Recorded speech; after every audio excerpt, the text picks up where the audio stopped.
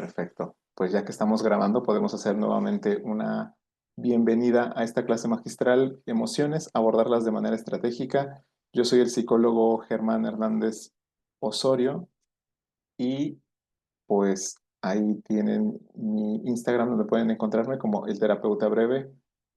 Rápidamente aquí leyendo desde Rengo en Chile, Monterrey en México, Santiago de Chile, Morelia, Puebla, Santiago, México, Puebla, Tijuana, wow, muchísimos lugares, Argentina, Amparo, ¿qué tal?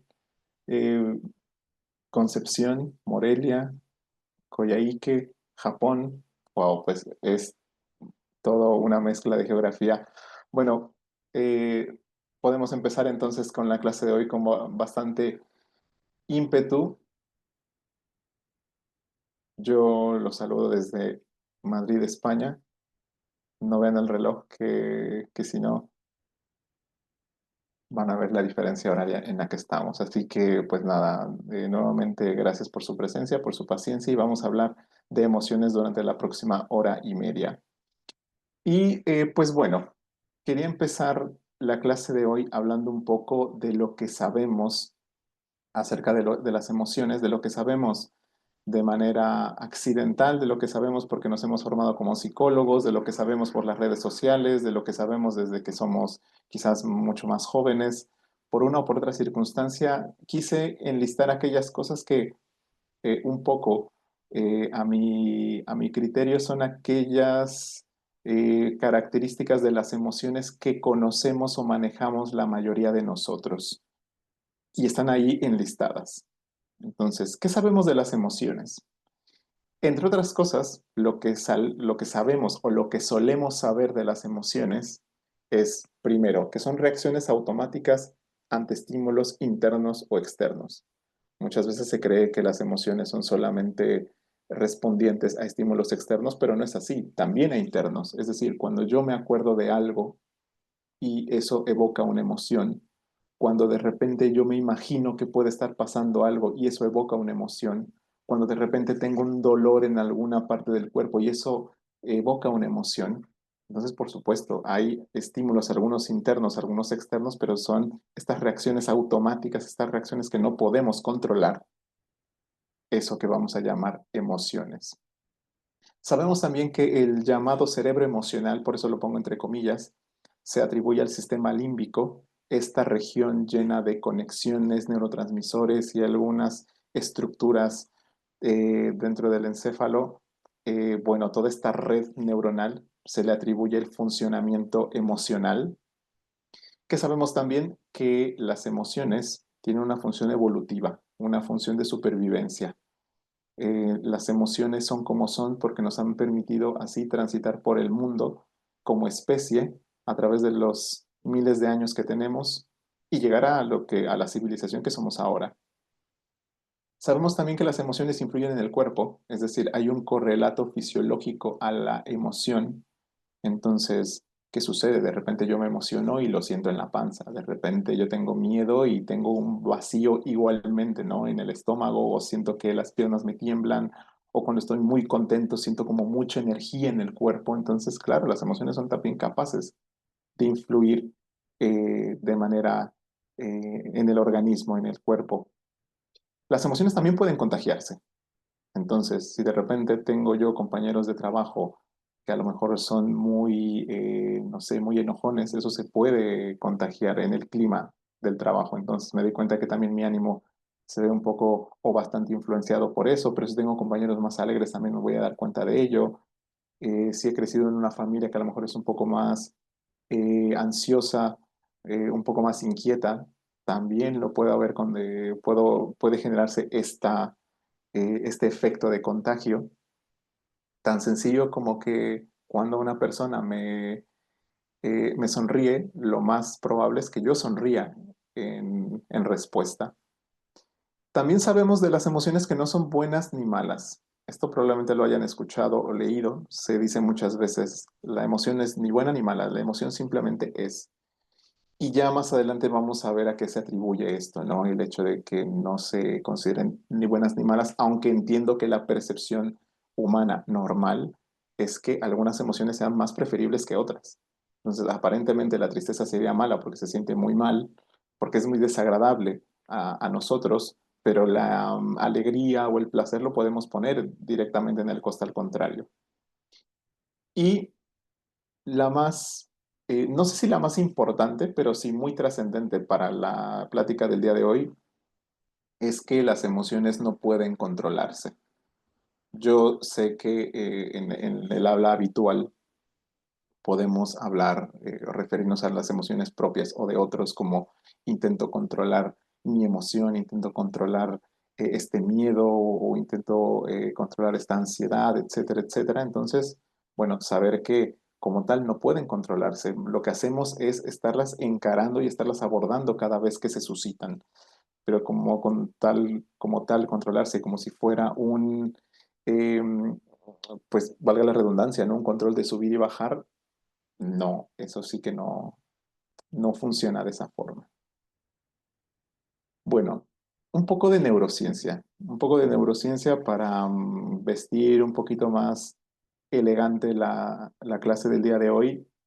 Y bueno, ¿qué podemos decir de neurociencia? Un poco distinto a lo que probablemente ya hayamos escuchado en todos lados, que es un poco lo que les compartí al principio acerca de el sistema límbico como este centro emocional de nuestro cerebro. Quiero enfocarme en dos estructuras principales, el paleoencéfalo y el telencéfalo. Estas estructuras han sido muy estudiadas por las neurociencias en los últimos 20 o 30 años, y es que estas estructuras han ido evolucionando junto al ser humano como especie. El paleoencéfalo se considera esa región del cerebro que conservamos como la más arcaica, como la más primitiva área de nuestro cerebro. Y el telencéfalo es el área más evolucionada, de tal forma que la respuesta emocional se asocia al paleoencéfalo, al cerebro primitivo, y la respuesta racional, intelectual, se asocia al telencéfalo. No obstante, hay que tomar en cuenta un par de cosas que son las que dejo yo ahí abajo. Primero, que la respuesta emocional puede ser instantánea y pasajera. Es decir, ahora mismo, no sé, yo voy cruzando la calle, pasa un auto muy cerca de mí y inmediatamente es este miedo, ¿no? De esta sorpresa y miedo de que pude haber sido atropellado, no pasó y a los 5 minutos quizás se me pasa. Sí, en ese momento fue todo un susto el que me pegué, pero después se pasa. O también puede ser lenta y persistente. Cuando la respuesta emocional es lenta y persistente, es justamente los pacientes que vamos a recibir en terapia. Hay que pensar que, por ejemplo, si yo tengo una respuesta asociada al miedo persistente y que se va repitiendo con el paso de los días, se convierte en una ansiedad y eso me lleva a buscar a un psicólogo o a un psiquiatra. Pero vamos a pensar también en alguna persona que vive algún evento traumático. No solamente está esta respuesta emocional del momento, sino también aquella que persiste en el tiempo y que por lo tanto también te lleva a buscar alguna orientación. Si bien el paleoencéfalo influye sobre el telencéfalo, es decir, este cerebro arcaico influye sobre el cerebro más evolucionado o más racional. Es decir, muchas veces se ha creído lo contrario o se intenta superponer esta estructura más evolucionada a la estructura primitiva. Lo cierto es que somos mucho más primitivos de lo que nos gustaría reconocer. Las respuestas emocionales vienen inmediatamente activadas por el paleoencéfalo y es el paleoencéfalo el que termina por condicionar la respuesta del telencéfalo o influir, mejor dicho, sobre esta respuesta del cerebro más evolucionado, no al revés.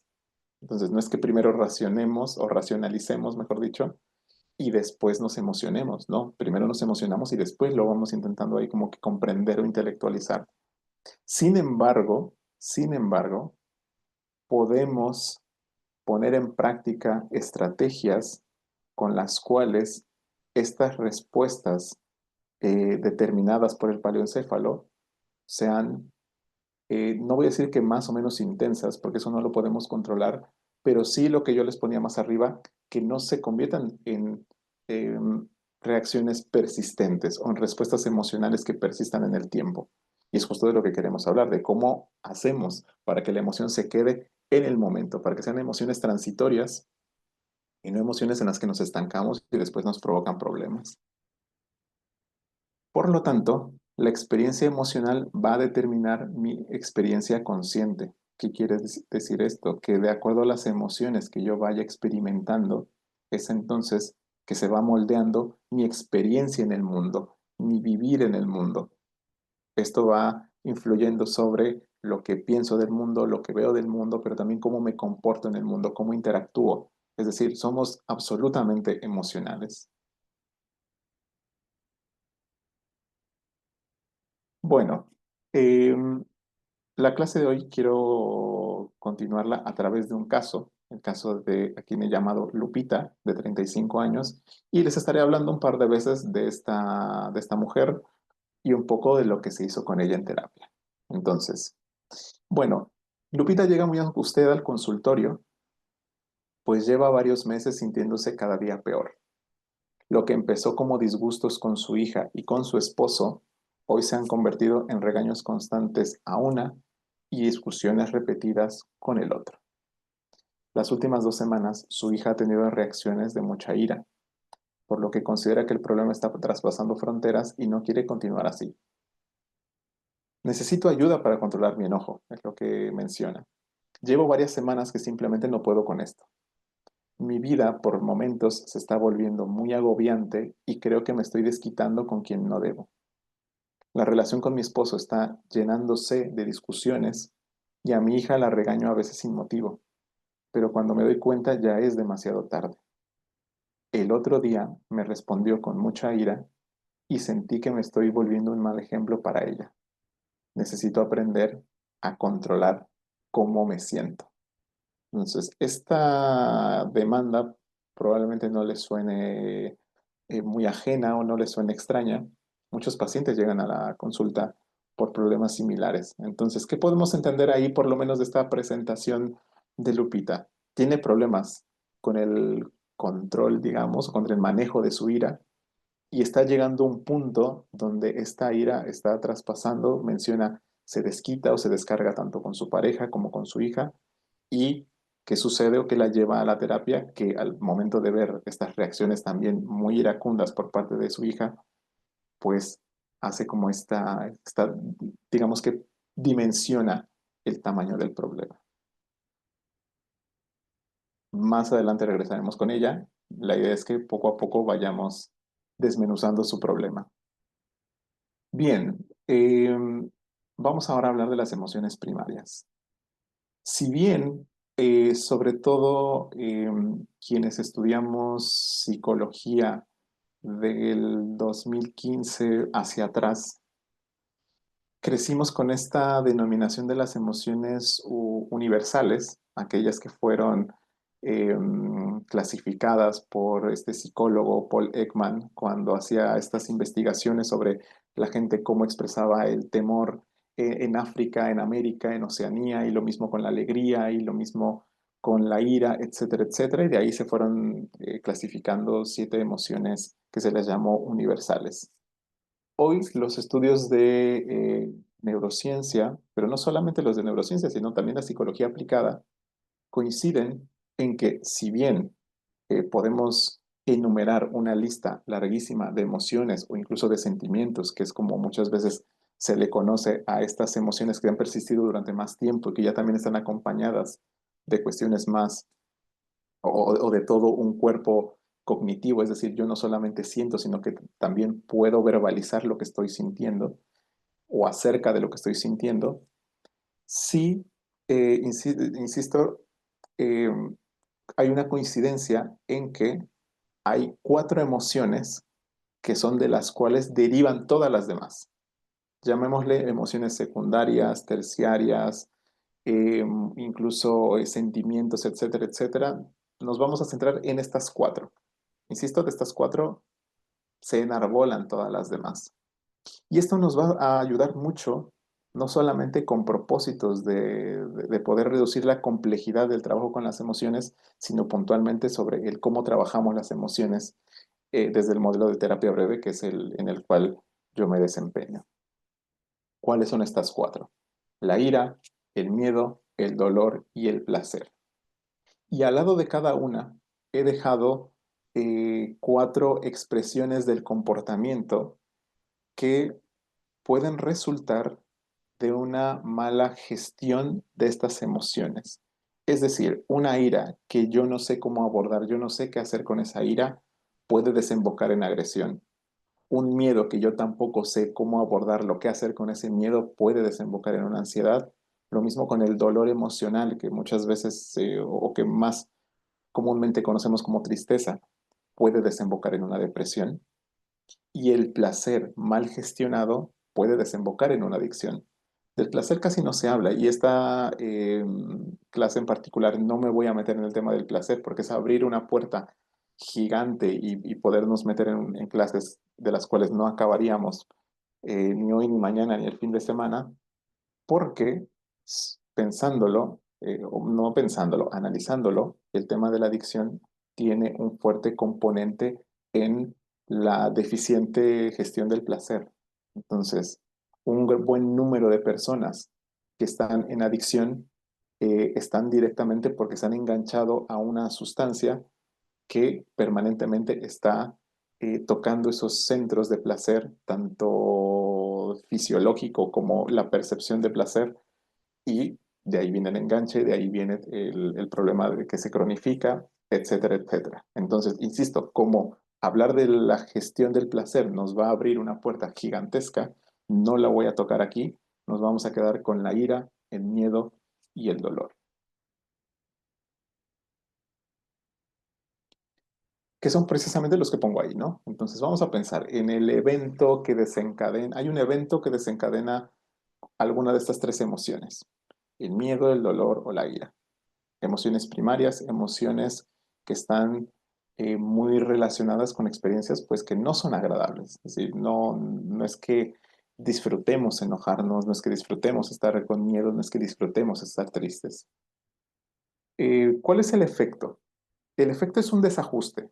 O sea, naturalmente habrá un desajuste. Yo estoy llevando mi vida con cierta estabilidad y de repente sucede alguna situación que evoca miedo, que evoca dolor emocional, que evoca la ira, y esto, insisto, lo vamos a llamar un desajuste.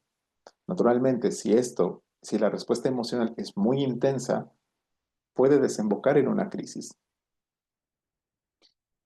¿Qué propósito tiene este proceso de evento, emoción y desajuste? Al final, adaptarnos al ambiente, reorganizarnos, pensar que como seres biológicos que somos, en todo momento buscamos el equilibrio, buscamos la adaptación a nuestro medio ambiente. Entonces, frente a una situación que me desajusta porque me ha generado mucho dolor, porque me ha generado mucho miedo, pues lo normal es que busquemos volver a adaptarnos a esa situación o a mi mundo. ¿Qué pasa cuando no me logro adaptar después de esa reacción emocional que tuve? Pues naturalmente llega lo que conocemos en psicología como un comportamiento disfuncional o patológico. Bien, entonces, para comenzar este tema de la gestión de las emociones, que lo he comentado en otros espacios, a mí el término gestión o gestionar las emociones no me termina de convencer, no me gusta mucho porque creo que gestionar está muy relacionado con administrar y no es como que yo tenga un poco de miedo hoy y el resto lo tengo mañana, o cuando de repente recibo una mala noticia como que me voy a poner triste un 20% y mañana un 30% y así lo voy gestionando. No me gusta mucho la palabra, pero la utilizo porque al final es una palabra que pues ya lleva su tiempo utilizándose en psicología, porque creo que a través de este concepto nos podemos entender, pero creo que por ahí no termina, al menos en mi caso, de calzar. Hay que entender la lógica de las emociones para poder abordarlas de mejor manera, entendiendo que son primitivas. Les decía, es lo primero que creo yo habrá que entender. No, primero, no son reacciones que yo pueda controlar, pero además son evocadas por la parte más primitiva de mi cerebro. Entonces, eh, son reacciones que escapan, se llaman incluso autónomas, si lo vemos desde un punto de vista biológico, son impredecibles si al rato me avisan que estoy despedido, si al rato me avisan que ha fallecido alguien muy cercano, yo no sé cómo voy a reaccionar. Me lo puedo imaginar, pero no sé exactamente cómo voy a reaccionar. Podría ser una respuesta más intensa de lo que yo me esperaba, menos intensa, más perdurable, etcétera. Otra cosa, las emociones no pueden ser vencidas. Entonces, no es que sea yo contra mi miedo, yo contra mi tristeza, yo contra mi ira, y a partir de ahí ganar una pelea como si fueran fuercitas, porque no va a poder ser así. Al final las emociones son una fuerza bastante potente y terminan por, sobre todo al principio, nosotros de alguna manera somos controlados por ellas y no al revés. Bueno, ahí pues son impredecibles dos veces. Nos permiten adaptarnos y evolucionar, lo que he comentado previamente, entonces tiene una función evolutiva en nuestra especie.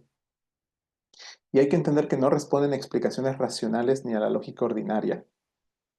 ¿Por qué lo menciono?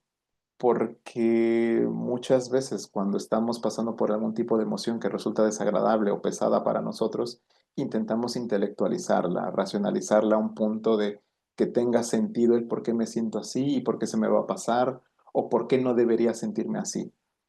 Y esto muchas veces, lejos de tranquilizarnos, termina por hacer que esta emoción persista todavía más. Entonces hay que entender que las emociones funcionan bajo su propia lógica, que muchas veces no es la lógica más ordinaria. Y esto lo voy a extender un poco más en las siguientes diapositivas. Van a responder, por lo tanto, a experiencias concretas. Me pasa algo y eso desemboca en una emoción o despierta una emoción. Entonces vamos a identificar cuáles experiencias en concreto son las que eh, detonan mi emoción, pero también analizar qué es lo que hago yo cuando esas emociones aparecen. Esta es una pregunta clave en quienes hacemos terapia sistémica o terapia breve. ¿Qué hace la persona, qué hacemos nosotros cuando aparece un síntoma?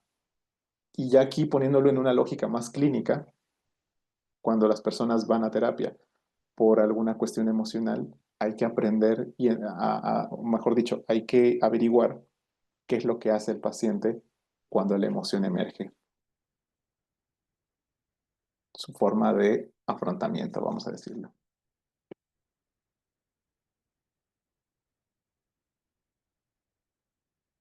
Bien, para comprender las emociones habrá que regirnos del principio de la función del síntoma, un poco yo lo que ya estaba comenzando a hablar la lámina pasada. Porque si bien las emociones en sí mismas no son una patología a tratar, sí se pueden convertir en el síntoma de algo más fuerte. Entonces, en terapia sistémica, les comentaba, siempre intentamos averiguar cuál es la función que está ejerciendo ese síntoma en la vida de la persona. Y bajo ese mismo principio, las emociones también tienen una función. Intentan comunicar algo, intentan protegernos de algo, intentan, les decía, hay todo un mecanismo de supervivencia que ha podido ser efectivo gracias a las emociones. Entender que hace miles de años las tribus que eran capaces de experimentar miedo de un depredador eran aquellas que se podían poner a salvo.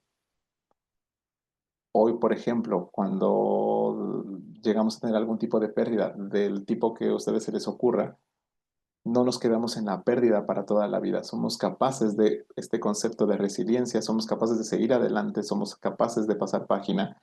A veces nos costará más, a veces nos costará menos, pero afortunadamente como humanos venimos equipados para atravesar incluso las emociones más complicadas. Por lo tanto, ante una emoción que llega, habrá que preguntarnos qué dice esta emoción sobre mí, sobre la situación, sobre el momento, entender que esta emoción puede sesgar mi visión del mundo. Eh, entonces, Hace un momento lo hablaba con un paciente. Cuando uno tiene mucho miedo, está con mucho enojo, con mucha ira, o cuando sencillamente está muy triste, pero también cuando uno está muy contento, es como si nos pusiéramos unas gafas y esas gafas sesgan o condicionan mi visión del mundo. Yo veo las cosas a través de esa ira, a través de esa euforia, a través de ese dolor, etcétera. Por lo tanto, ¿las emociones se pueden educar? Sí, se pueden, pero requiere primero que conozca cómo interactúo con mis emociones, lo que les decía. Cuando aparece la emoción, ¿qué hago yo? ¿Qué hace mi paciente? ¿Qué hace mi amigo? Y por lo tanto, cambiar esa forma de interactuar con la emoción. Es decir, si yo me doy cuenta que una emoción está ahí atorada, atascada, tengo que hacer un análisis de qué estoy haciendo yo con esa emoción, cómo estoy interactuando con esa emoción. Por supuesto, requerirá paciencia. Seguramente a los psicólogos nos encantaría, ¿no? Que frente a una situación que te desajusta, que te rompe, decir, bueno, haz esto y mañana vas a estar mejor. No funciona así. Hay emociones que tenemos que cargar durante tiempo, a veces considerable. Por lo tanto, también saber que requiere de paciencia muchas veces este abordaje. Muy bien. No sé si hay alguna pregunta hasta aquí, algo que quieran comentar.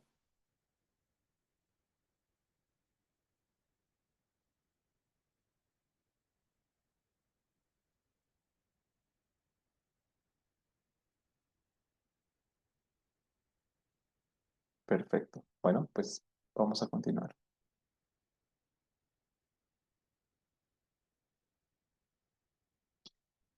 Ahora vamos a hablar de cuándo las emociones pueden constituir un problema o muchas veces la gestión se convierte en un problema.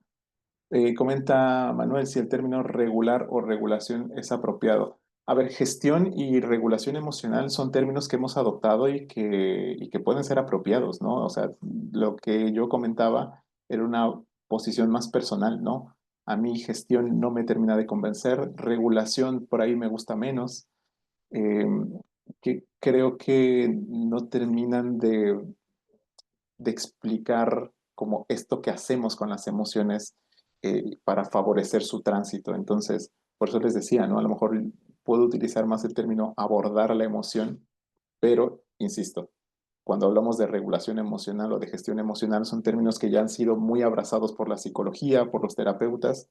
Entonces, bueno, no pasa nada si los utilizamos. Es nada más ahí como un poco una crítica, ¿no? A este concepto. Nada, Manuel, gracias a ti. Eh, Ahora, quiero ponerles el caso de estas tres personas y que se imaginen en la piel de estas tres personas. Y justo como muchas veces esta gestión o este intento de regularme puede convertirse en un problema. Tenemos a María, de 25 años, a Julián, de 45, y a Lupita, de 35. Entonces, ¿qué pasa con María? María, de 25 años, está muy triste porque terminó hace unos días con su pareja. Julián, por su parte, tiene miedo de que los nuevos jefes que llegaron a su trabajo lo despidan.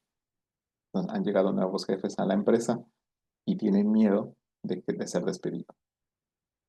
Finalmente, Lupita, de quien ya hablamos hace unos minutos, lleva varios meses con su ira acumulándose. Bien, ¿qué pasa con ellos? Vamos a leer un poco de lo que están haciendo cada uno con sus emociones. Recuerden, María está triste, Julián tiene miedo y Lupita tiene ira acumulada. María ha pasado de llorar todo el tiempo a reprimirse el llanto. Entonces, María, en sesión, dice, he estado llorando todos los días, casi todo el día, pero la gente me dice que ya, como que la corte, que hombres hay muchos, que se me va a pasar, que ya salga adelante, que ya haga cosas. Entonces, he pasado de estar llorando todo el día, todos los días, ahora a reprimirme. Vale.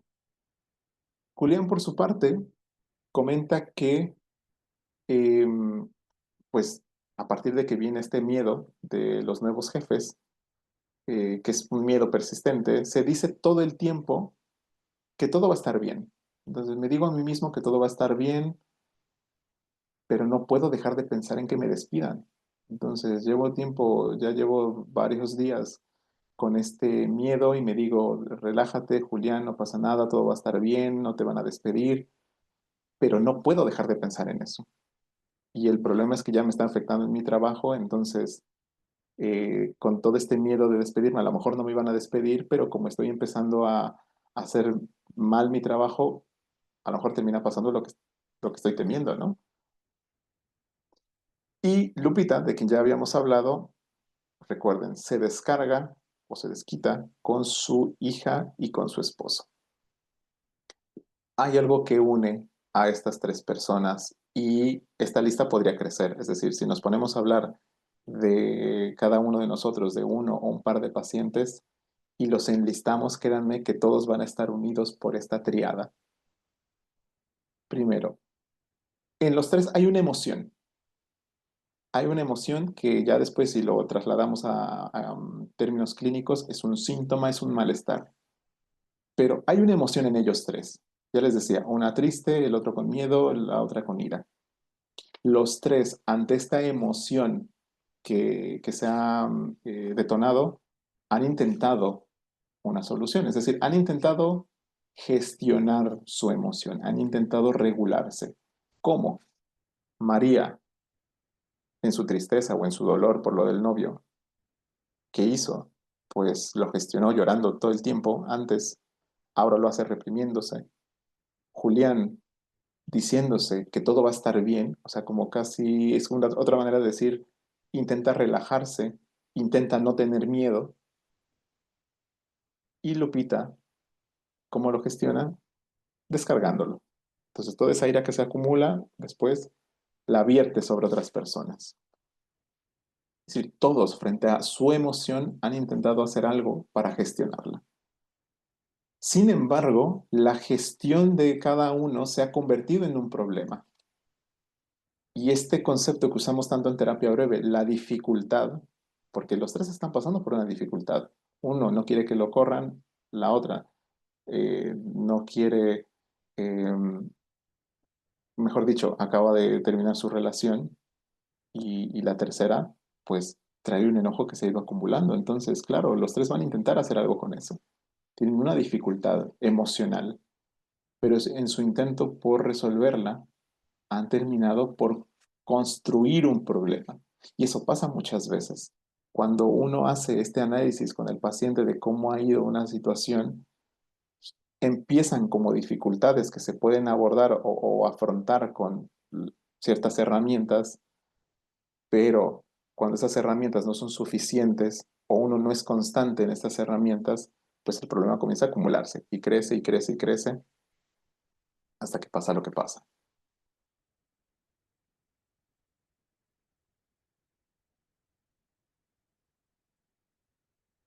Ya regresaremos con ellos. Ahora quiero seguirme concentrando con Lupita. Al explorar más acerca de su caso, comenta que además del enojo constante que experimenta, se suma la frustración de no poder controlarlo. Vean, entonces intento controlar mi enojo, pero no puedo, y esto me está frustrando. Y la sensación de enojarse por pequeñeces o por cosas que no lo merecen. A la pregunta de qué ha intentado para manejar su enojo, responde que intenta reprimirlo y convencerse de que no debería enojarse, lo que a menudo resulta peor. Seguramente le recuerda a lo que estábamos comentando hace un momento. Tengo una emoción que intento reprimirla o controlarla, que es casi sinónimo en este caso. Si te contara cada una de las cosas que me hacen enojar, pensarías que estoy perdiendo la cabeza. Me preocupa estar educando así a mis hijas y ser un mal ejemplo. Con mi bebé puedo ser muy paciente, pero con la hija de 2 años siento que se enciende la mecha muy rápido. Pero es que es una niña muy inquieta y a veces no para de hacer ruido y desorden por más que se lo pida. A veces me digo que es una niña y que está en proceso de aprendizaje, pero luego me digo que debo ponerle límites porque son años muy importantes para su educación. ahí lo tenemos. Entonces, ¿ella qué hace? Eh, intenta racionalizar la emoción. Decir, mira, es una niña, no te enojes con ella y tal. Perfecto. Intenta controlar esta ira. Em, Ahora, ¿qué pasa? Hay que tomar en cuenta que en estos casos, cuando la ira se va acumulando por tanto y por tanto tiempo, lo normal es que hasta las cosas más pequeñas ya también te hagan enfurecer, ya también te saquen el enfado.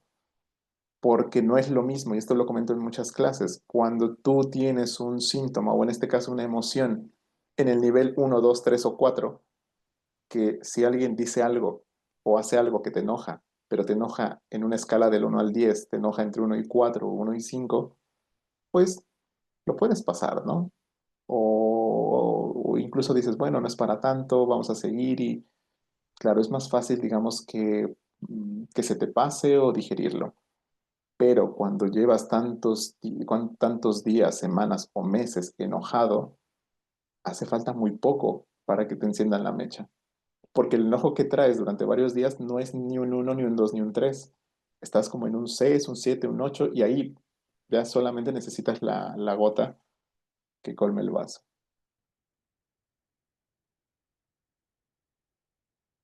Bueno, pues a propósito de lo que nos cuenta Lupita, vamos a comentar algunos mitos sobre la gestión de las emociones. Y les pongo los tres más usuales. Por una parte, el tema de la descarga de las emociones. Entonces, cuando viene una emoción, hay que descargarla, hay que sacarla.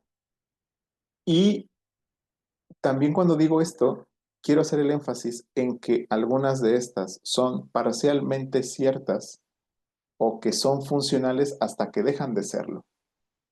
Porque sí, seguramente más de uno dirá, sí, pero si yo me siento triste y lloro y lo saco, se me quita. Perfecto, está bien. Si nos hemos dado cuenta que cuando estoy mal por algo, muy estresado o triste o incluso enojado, muchas veces el enojo también desemboca el llanto, lloro y se me pasa, perfecto.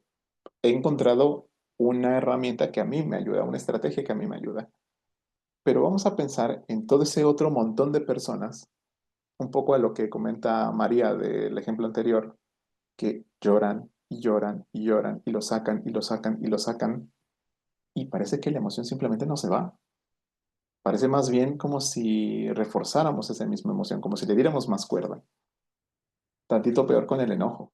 Si yo descargo mi enojo cada vez que me enoje, bueno, imagínense a cuántas personas no estaríamos, o sea, imagínense la cantidad de broncas que habría por la calle, en las oficinas, en las escuelas, etcétera. Descargar la emoción en el caso de la ira puede ser lo menos útil o lo más contraproducente. Después, controlarlas, un poco en lo que hemos dicho, ¿no? Controlarlas como si se tratara del mando del Play, pues no puede ser así. Eh, no es como que un poco lo que comentaba al principio, ¿no? Me controlo y este control más bien parece una especie de reprimir como esa emoción, entonces puedo estar muy mal, pero me controlo tanto, intento estar como que muy estoico, como muchas veces lo leo por ahí, como no me pasa nada, soy como que, no sé, no me mueve nada, etcétera, etcétera. ¿Y qué es lo que sucede? Que lo único que hacemos es estar acumulando y acumulando una emoción que a veces sin darnos cuenta, pero sucede algo y a veces la gente entra en crisis y no se explica por qué. Como, pero es que esto yo siento que era pequeño y ahora estoy en una crisis y no puedo salir de ello y me vengo ya acordando de una cosa y de otra y de otra. Estar en control todo el tiempo, permanentemente, puede ser también muy cansado, muy, muy cansado. Y bueno, racionalizarlas tampoco es que sea muy útil. Entiendo que bajo ciertas circunstancias puede tener su utilidad, pero tampoco es como que racionalizarlas genere este switch que pongo ahí en la imagen de, no sé, esta chica, María, la que termina con el novio. Es que he pensado que es lo mejor para mí, porque me engañaba y porque creo que es un mal hombre. No es que al momento de que te digas eso, inmediatamente pongas una sonrisa, y dices, ah, sí, ya me acordé que era un mal hombre. y estés feliz y no sé. No sucede así. Por más que racionalmente tú puedas entender por qué te pasó lo que te pasó o incluso que lo que te duele es lo mejor para el futuro, eso no genera que la emoción se diluya, no genera que la emoción cambie como si fuera, insisto, un switch y pasamos de miedo a alegría o pasamos de tristeza a alegría en un segundo. Ojalá fuera así. Desafortunadamente no lo es. Comenta Jessica, en mi experiencia clínica, cuando hablan de descarga, también depende cómo la vivencian. Muchas veces esa descarga es todo de golpe o de proporción a chorro. Puede ser más viable descargar, pero dejando fluir un paso a la vez. Claro, claro, claro. Por eso decía, ¿no? En el tema de la descarga emocional, habrá que tomarlo con sus pinzas, ¿no? Entonces, sí, capaz que descargar puede ser bueno, pero hay que ver cómo descargo yo también esa emoción, ¿no? Entonces, sí, sí, comparto lo que comentas, Jessica.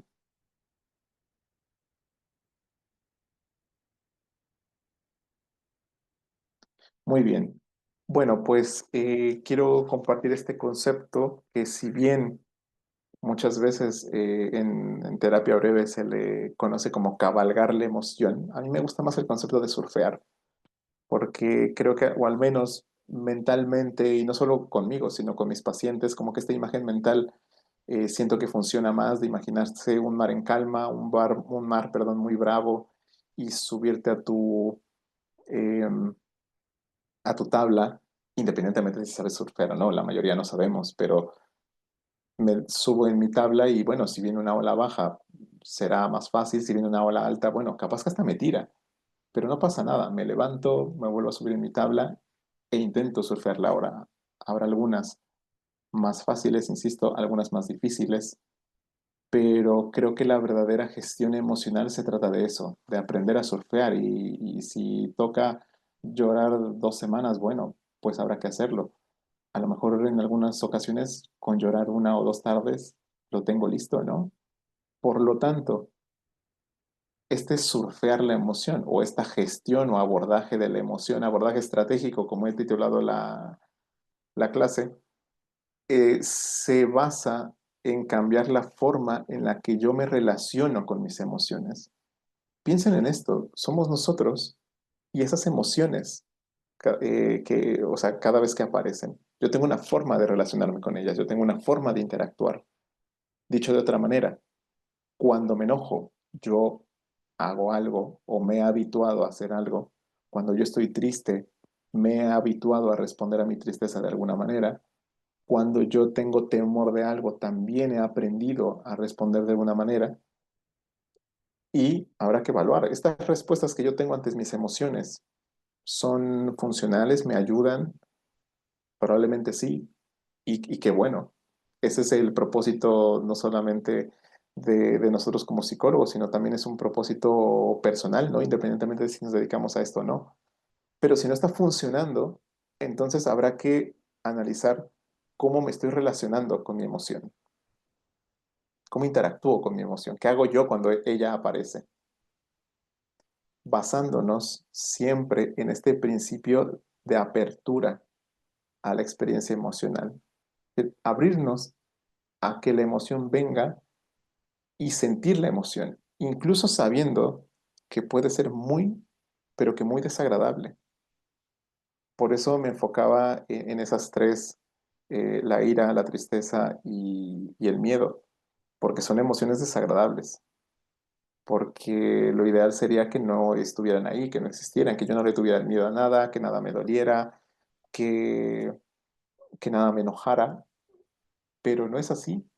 Les decía, las emociones tienen una función. Entonces, la mayoría de las veces las emociones se convierten en un problema cuando yo me niego a experimentarlas, cuando yo intento controlarlas, reprimirlas. La apertura a la experiencia emocional es una clave fundamental en el abordaje de ellas.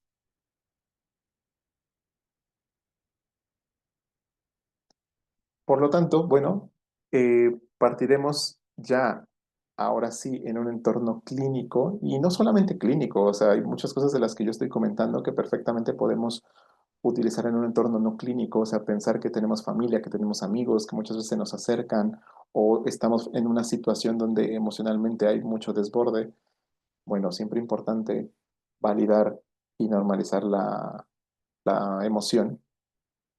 Pensar que cuando escuchamos, cuando no juzgamos, en ese momento estamos validando. Cuando comprendemos la función de la emoción, en ese momento también validamos y normalizamos. Dicho de otra manera, es saber internamente, si me siento así, es porque me ha pasado esto. María, si me siento triste es porque me terminó mi pareja o porque terminé con mi pareja. Si me siento con miedo es porque creo que me van a correr, o mejor dicho, porque no quiero que me despidan. Si me siento con esta ira acumulada, y en el caso de Lupita, cuando comenzamos ahí a rascar un poco más, sentía que se sentía sobrepasada por el tema de la maternidad, sentía que había dejado de hacer muchas actividades, que no estaba compartiendo con su pareja lo suficiente. Entonces, claro, de ahí venía todo ese enojo. Por lo tanto, lo normal de reaccionar como reaccionamos a situaciones que muchas veces no son tan normales.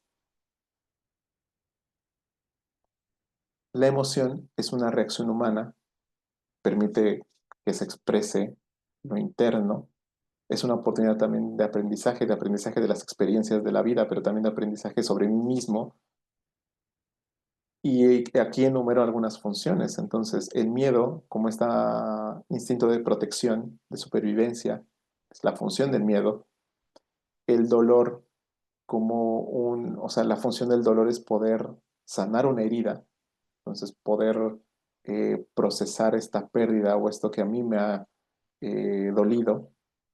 La ira es una forma de defensa, pero también puede ser un empuje que me lleve hacia la acción.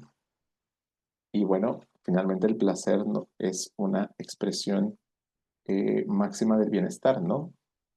A veces efímera, pero expresión del bienestar al fin. Eh, Algunas preguntas que quiero compartir con ustedes que nos pueden ayudar para conocer cómo afronto o cómo afronta mi consultante sus emociones, es decir, cómo las aborda cuando aparecen.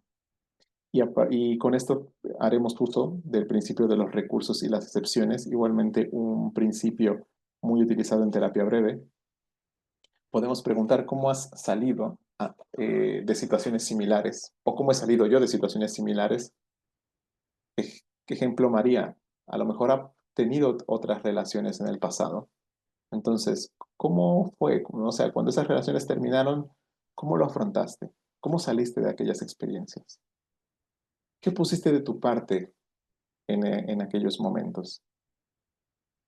¿Qué oportunidades representa para ti este desafío? Es decir, ahora también hay que entender que muchas veces estas preguntas acerca de si es una oportunidad de aprendizaje, si es que una vez que pase la tormenta vendrá la calma y tal, bueno, a veces hay que guardarse este tipo de expresiones y atender a lo que es más prioritario en el paciente, que es justo como abordo esta emoción que en este momento me está rebasando.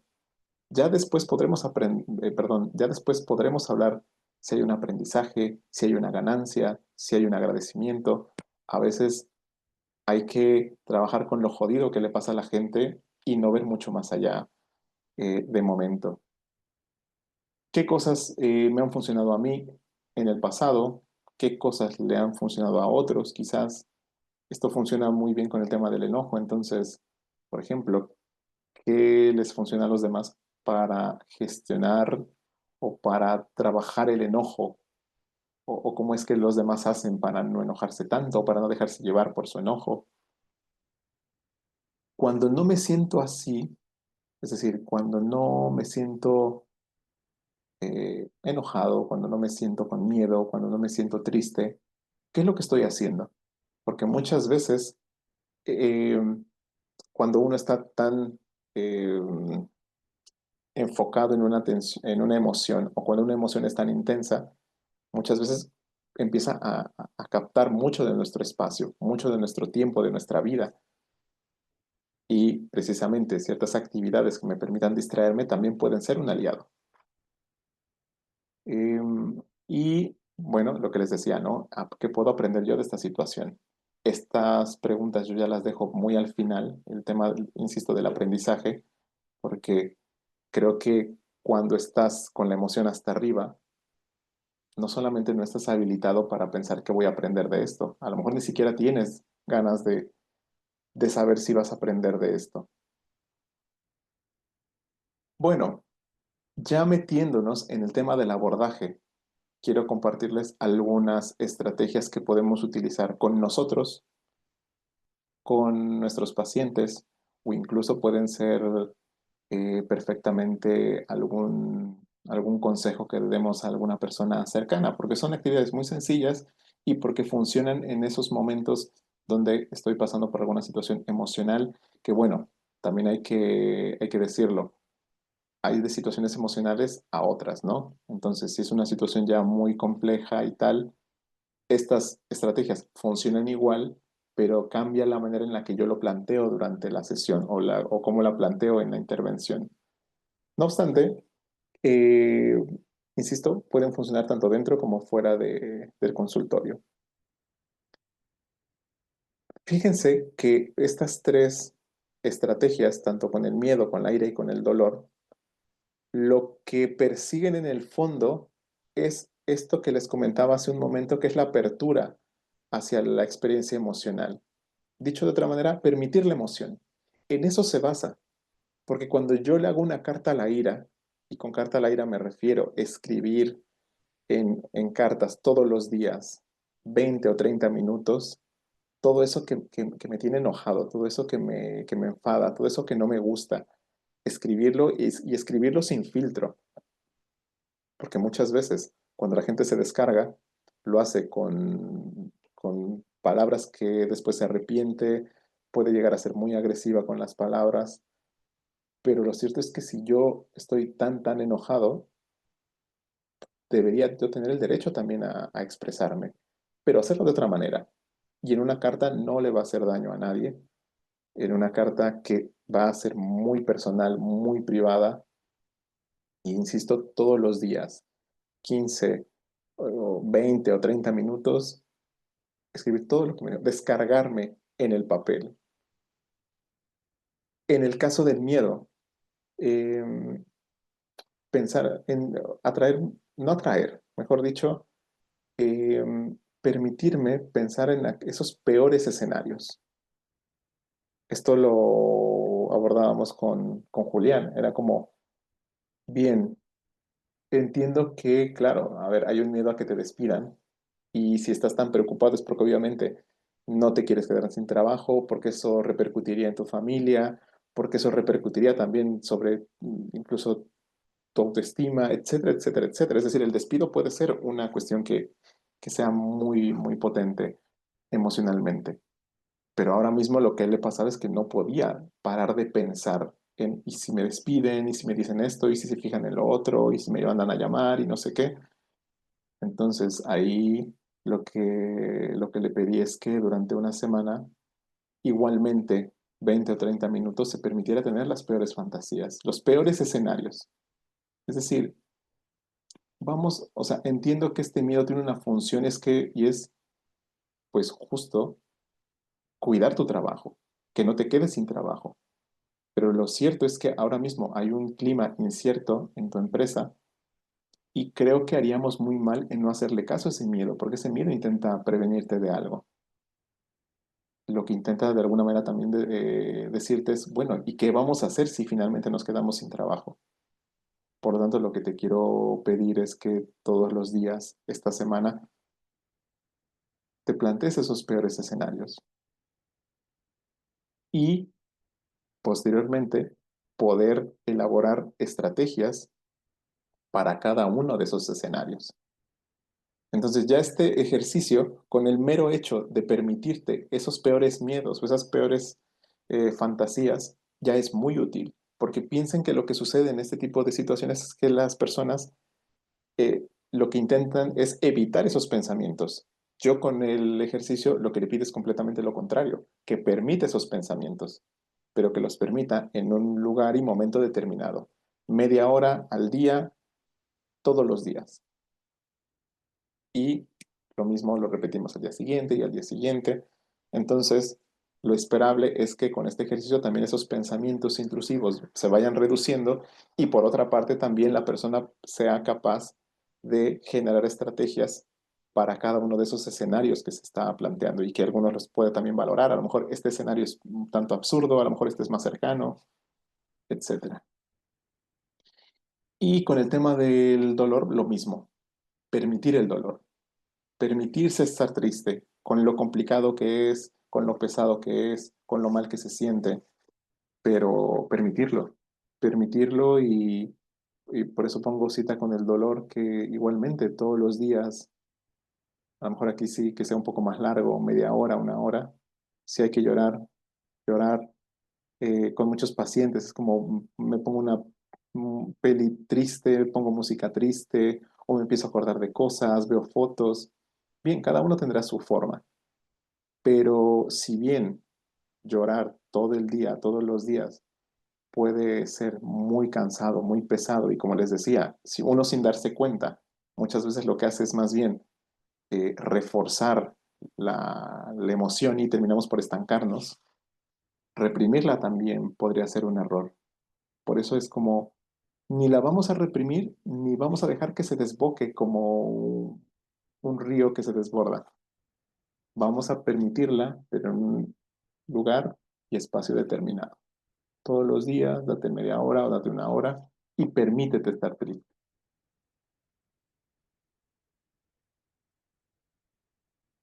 Y bueno, algunas estrategias que quiero sumar, ¿no? Creo que llevar un diario, probablemente varios o varias aquí hayan tenido un diario cuando iban en primaria, en secundaria. Bueno, esto es muy útil y es muy curioso cómo de repente investigaciones terminan como eh, pues, por confirmarlo. Y es que la escritura es probablemente el método más eficaz que conozcamos hasta hoy para el procesamiento de las emociones. Entonces, esto en algún momento lo comentaba en alguna clase y con algunos pacientes también. Cuando uno verbaliza una emoción o cuando uno verbaliza una situación que te está afectando, cuando yo la puedo poner en palabras, se genera todo un procesamiento emocional y que es distinto.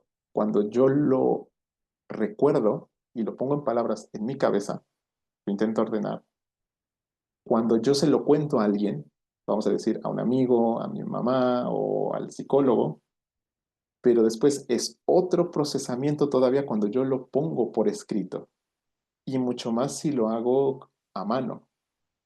Entonces piensen que el tema de verbalizar lo que nos sucede, esto de la cura del habla, realmente tiene todo el sentido.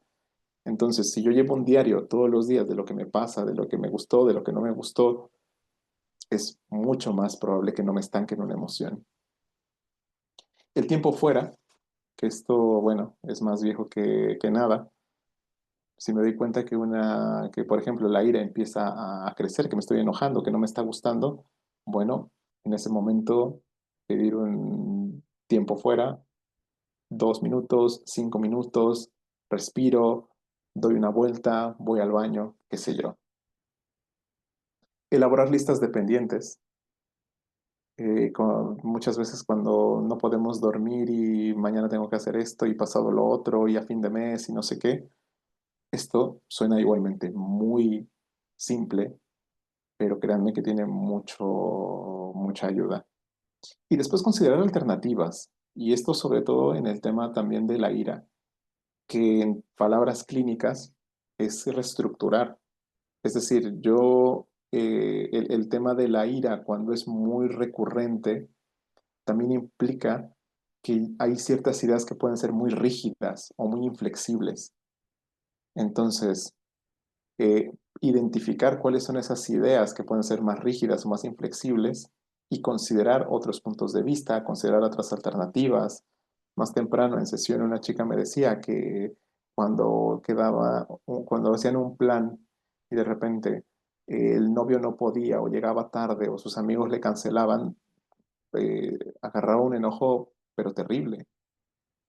porque eran unos desconsiderados, porque no le ponían atención, porque ya tenía otra persona, otra pareja. Entonces, fíjense, muchas veces estas ideas rígidas terminan por ser las que detonan o refuerzan una emoción o el enojo. Por lo tanto, también considerar otras alternativas puede ser una estrategia. Y bueno, pues para terminar y ya ir cerrando, ¿qué les cuento de Lupita? Pongo este esquema muy, bueno, quiero pensar bastante ilustrativo. ¿Qué pasaba con Lupita? Tenía enojo acumulado, recuérdenlo. ¿Cuáles eran sus intentos de solución? Reprimirse y racionalizar su emoción. Entonces, lo que ella decía, intento controlarme, intento como no enojarme, no, que esto no mostrarlo, y que pasa exactamente lo contrario, ¿no? Se desquitaba, descargaba con otros, o racionalizaba de, miran, relájate, es una niña, etcétera, etcétera. ¿Cuáles eran los efectos de esta solución intentada, que es la S y la I, solución intentada? Bueno, esta chica estaba frustrada, sentía culpa de estas descargas, acumulaba la emoción, era ya muy reactiva, lo que decíamos, ¿no? O sea, faltaban cositas y se soltaba. ¿Cuál fue la estrategia terapéutica con ella? Que permitiera la emoción. Entonces, en aquella primera sesión le pedí que hiciera estas cartas a la ira que ya les explicaba, y le decía, mira, pon todo sin filtros. Piensa que lo que estamos haciendo es evitar que un día eh, termines tú también por descargarte verbalmente con tu marido, con tu hija, con tu otra hija, y decir cosas de las que quizás te arrepientas. Entonces, mira, en el papel no le hacen daño a nadie. Escribe media hora todo lo que te tenga enojada, incluso frustrada, con culpa, y una vez que termines, no lo releas. Esto sí es importante que no se relea. Es una recomendación. A mí me gusta la recomendación, no releerlo, para no tener que repasar sobre lo mismo y lo mismo. Y deshazte de esa carta. Cuando termines de esa media hora y terminaste de escribir, rómpela, quémala, tírala a la basura, qué sé yo, pero deshazte de eso. Eh, y finalmente, eh, ¿cuál fue el efecto de esas estrategias? Canalizar su enojo, es decir, enojada, por supuesto que había que hacer algo con ese enojo o con esa ira, y a través de las cartas se fue canalizando. Entonces cada día estaba un poco menos enojada, se redujo su culpa, se redujo el estrés, que lógicamente, ¿no? Ya en su labor de madre estaría muy estresada, y el enojo terminaba por ser un enojo extra, y pues también aumentar su confianza.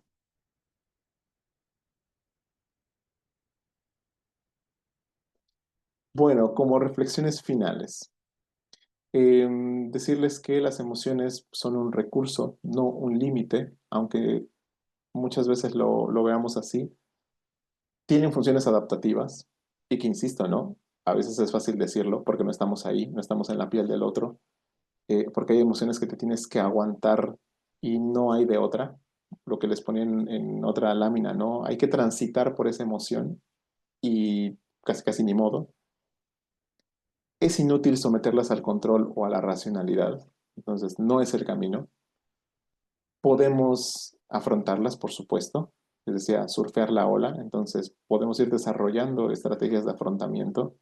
Si no nos funciona lo que hacemos, hay que probar con algo diferente, hablar el mismo lenguaje de la emoción o comprender la lógica de la emoción. Ahí lo pongo en cursiva, abrazar la emoción, permitirla, lo que les decía, y saber que las estrategias de regulación, de gestión o de abordaje de la emoción, aquí ya el término que más prefieran o que más sentido les haga, requiere voluntad, pero sobre todo requiere constancia, requiere repetición. Entonces, en terapia, una vez que se encuentra la estrategia eh, adecuada para el paciente, El resto es repetición y puede sonar muy burdo, pero es eso lo que hacemos en terapia. Buscar cuál es la estrategia que mueve a mi paciente, la que encaja con mi paciente y una vez que se ha encontrado esa estrategia es repetir, ser constantes, mantenerse en ese camino y a partir de eso es que se puede generar un cambio duradero, un cambio de verdad. Bueno, pues estamos llegando ya al final de esta clase magistral. Yo les quiero agradecer y antes de las preguntas, que me imagino habrá alguna por ahí, invitarlos a las próximas dos actividades con las cuales voy a cerrar el año, que son en noviembre y en diciembre, dos cursos. El primero, curso taller de psicofarmacología para psicólogos. Este es un curso que ya llevo dando 3 años atrás, 3 o 4 años atrás, y que bueno, es toda la psicofarmacología básica de cajón para todo psicólogo, clínico o no clínico. Lo cierto es que hoy cada vez hay más personas medicadas y es importante saber pues de qué van los principales medicamentos, para qué sirven, para qué se prescriben, con qué se combinan, cuáles son sus efectos, sus advertencias, etcétera, etcétera. Entonces, la verdad es que es una formación en la que pues suele haber varios, bueno, sí, bastantes psicólogos cada curso y que solamente hago una vez al año. Entonces, pues si les interesa, por supuesto, puedo mandarles información. Está programada para el 21 y 22 de noviembre, viernes y sábado. Ya el tema de las horas, pensando en que pueden ser diferentes países los que están inscritos el día de hoy, por eso no quise meterme en el tema de las horas, pero bueno, será un viernes más o menos como esta hora en la noche y un sábado en la mañana. Lo mismo después, el 12 y 13 de diciembre, con el curso Terapia Breve del Trauma. Entonces, aquí para quienes estén metidos en el mundo de la terapia breve o quieran conocer más del mundo de la terapia breve, igualmente un curso de 8 horas, viernes y sábado, para conocer las estrategias de intervención desde este modelo terapéutico en el abordaje de la experiencia traumática. Así que, pues, bueno, me encantará verlos por ahí. Les decía, son las actividades con las que voy a cerrar el año y que, pues bueno, si quieren escribirme por ahí en el chat, adelante. Quienes estén interesados, yo de todos modos estaré enviando la información de estos cursos a sus correos. Puedo adelantar que el precio regular de estos cursos será de 600 pesos mexicanos y $35 fuera de México. Pero bueno, toda la gente que está hoy participando tendrá un descuento que ya también lo voy a mencionar en la información que les comparta. Bueno, pues eso, gracias. Les dejo ahí mi correo con el cual hemos tenido comunicación, reiterando las disculpas por el tema del enlace, que no entiendo qué pasó. He hecho este tipo de eventos ya hace bastante tiempo y ahora, no sé, habrá sido un fallo mío, habrá sido un fallo de la plataforma. De cualquier manera, agradezco que hayan sido tan pacientes. De verdad, llegamos a ser más de 50 personas conectadas y bueno, pues eso habla también del interés que había por este espacio. Gracias. Tienen ahí mi Instagram. Quienes todavía no me sigan en Instagram, ahí voy subiendo actividades, de repente información, etcétera. El LinkedIn, que ahora mismo lo tengo un poco desatendido, pero ahí también me pueden encontrar y los próximos eventos, pues ya los comentaba, el curso de psicofarmacología y el de terapia breve del trauma. Esta clase se estará subiendo eh, en el transcurso máximo del fin de semana, entonces ahí les pido un poco de paciencia. La estaré subiendo y por supuesto recibirán el enlace para que la puedan ver. Y bueno, ahora sí, si no sé si hay preguntas, algo que quieran comentar, añadir de lo que comentábamos. Adelante, Profe, buenas noches. ¿qué tal? Eh, bueno, a mí me hace mucho sentido todo lo que usted comenta.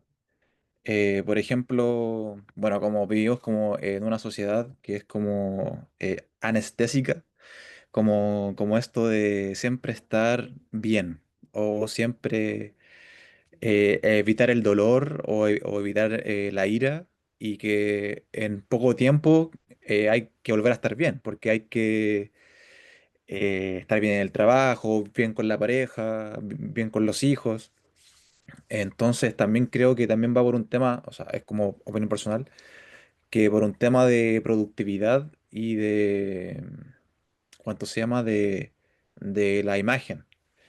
Bueno, eso por un lado, profe. Lo otro también de la importancia de como mirar hacia adentro, por así decirlo, como terapeutas o también como misma persona. Bueno, hace poquito me leí una conferencia de Foucault, un seminario de Foucault, y Ujú. él habla sobre el cuidado de sí.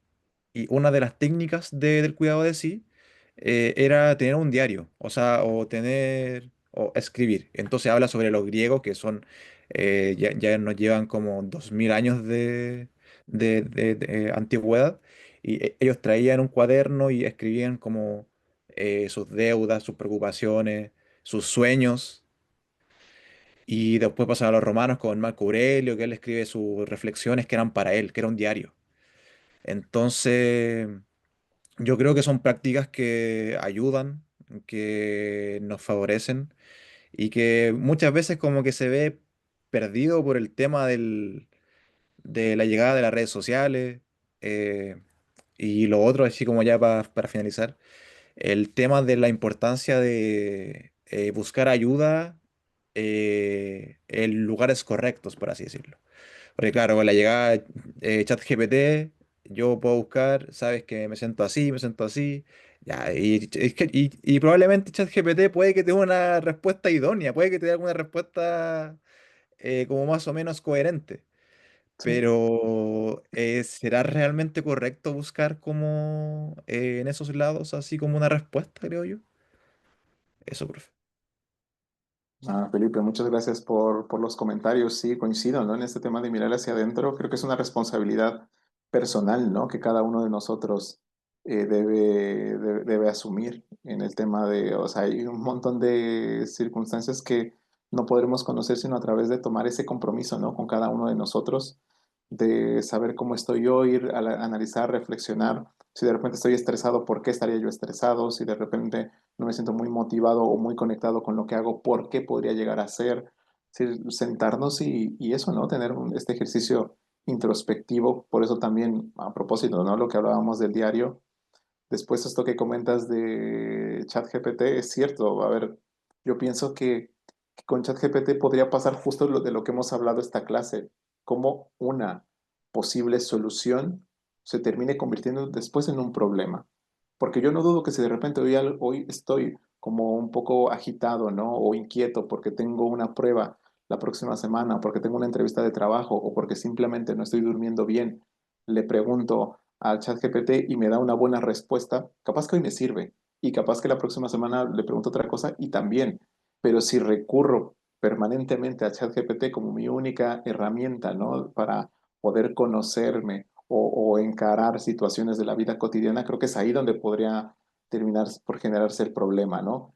Y que no dudo que lo empecemos a ver, porque, insisto, ¿no? Mucha gente, jóvenes y no tan jóvenes, que hablan de que les está ayudando, yo no lo dudo, yo no lo voy a poner en duda. Creo absolutamente que les está ayudando. El tema es que se convierta en la única estrategia o el único mecanismo que tienes, ¿no?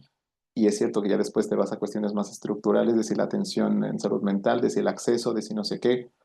Es cierto, ¿no? Pero bueno, no deja de ser una cuestión en la que hay que estar muy atentos y pues nada, a ver cómo se va desarrollando. Gracias, Felipe. Gustavo, adelante. Hola, buenas noches. ¿Qué tal? Mi pregunta va relacionada un poco a alguna otra cosa que se puede hacer para ayudar a las personas a permitir la emoción. Lo que sucede que me ha sucedido en algunas ocasiones en psicoterapia que trato de ayudar a las personas a conectar con su experiencia emocional. En algunas ocasiones sí he llegado a utilizar, por ejemplo, las cartas a la ira y demás, pero hay gente que me puede decir en consulta, sí lo voy a hacer, llegan la siguiente semana y me dicen no lo hice. Y procuro intentar alguna otra cosa, es como si no estuvieran preparados para enfrentar la emoción.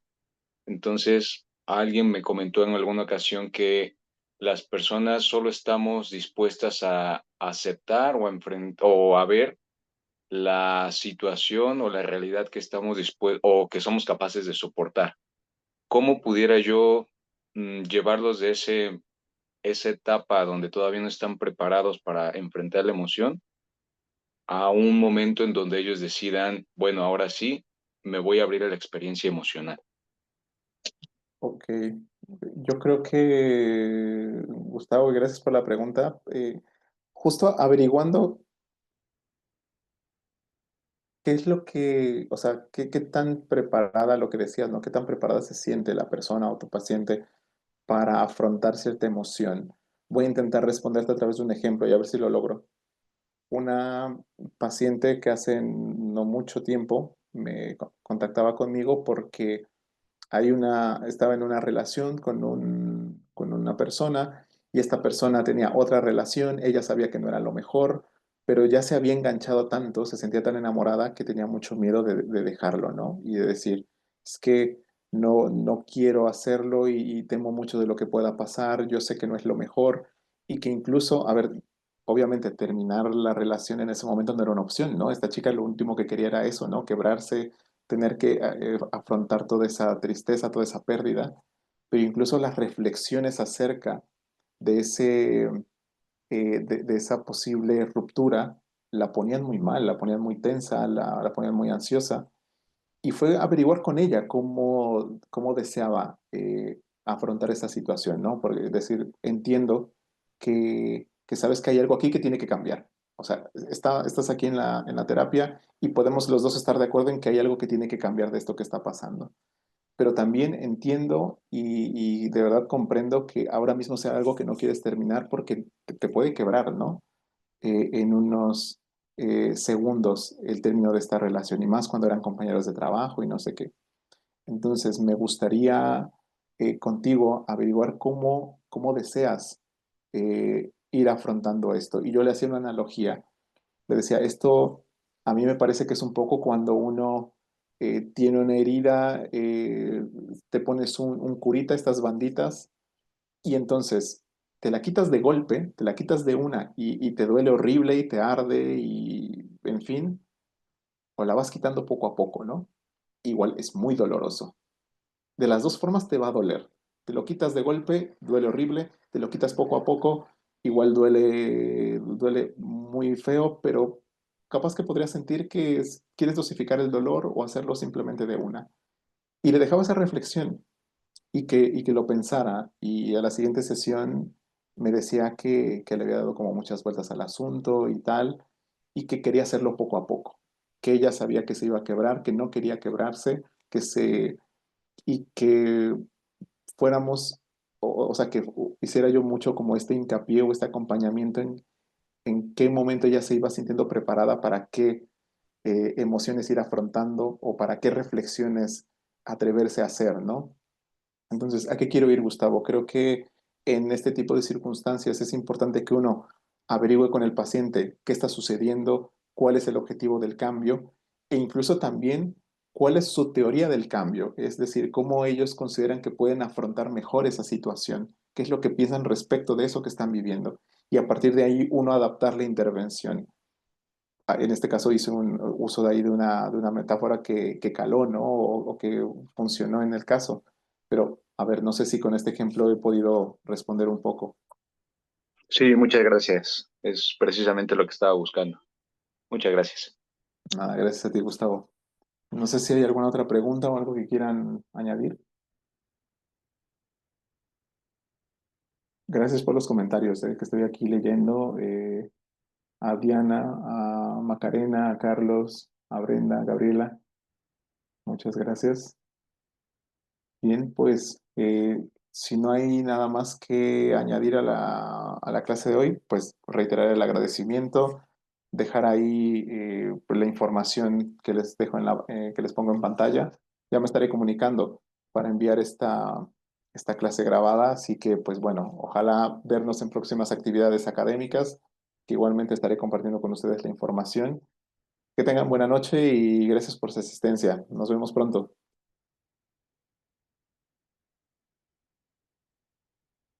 Chao.